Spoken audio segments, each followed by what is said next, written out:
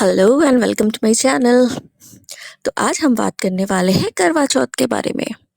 करवा चौथ एक ऐसा व्रत जो केवल सिर्फ प्रेम और समर्पण का ही प्रतीक नहीं होता, बल्कि एक ये दिव्य कथा का भी हिस्सा होता है। हर साल सुहागन महिलाएं इस दिन सूर्योदय से लेकर चंद्र उदय तक निर्जला व्रत रखती हैं, अपने पति की लंबी आयु और सुख समृद्धि के लिए। पर क्या कभी आपने ये सोचा है कि करवा चौथ के दिन चांद की ही पूजा क्यों की जाती है? तो आइए इस वीडियो में हम जानेंगे कि चंद्रमा को अर्घ देने की परंपरा आखिर शुरू कैसे हुई। तो बात ऐसी है, कहानी शुरू होती है भगवान गणेश जी और चंद्रदेव से।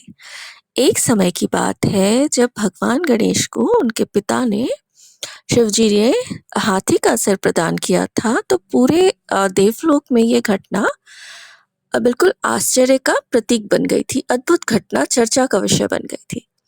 तब चंद्रदेव जी, जो अपनी सुंदरता और तेज के लिए जाने जाते हैं, इस दृश्य को देखकर मुस्कुराने लगे। उनके मन में अहंकार जाग उठा। उन्होंने गणेश जी का उपहास कर दिया, मजाक बना दिया। ये देखकर गणेश जी बहुत क्रोधित हुए।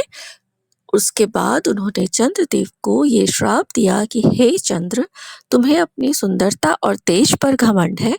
अब तुम ये अपनी सुंदरता और कांति खो दोगे, तुम मंद और कलंकिन कहलाओगे।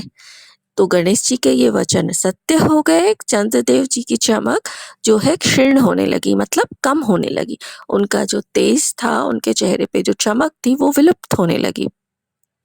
वो दुखी होकर के क्षमा मांगने लगे। उन्होंने विनम्रता से गणेश जी से कहा, प्रभु मुझसे गलती हो गई, मुझे क्षमा प्रदान करें, अपनी कृपा दृष्टि मुझ पर डालें। तो गणेश जी का हृदय करुणा से भर गया और उन्होंने कहा, श्राप तो वापस नहीं लिया जा सकता, परंतु इसे मैं एक आशीर्वाद में बदल दूंगा। गणेश जी ने कहा, तुम्हारी कांति हर कृष्ण पक्ष में धीरे धीरे घटेगी और शुक्ल पक्ष में फिर से बढ़ेगी।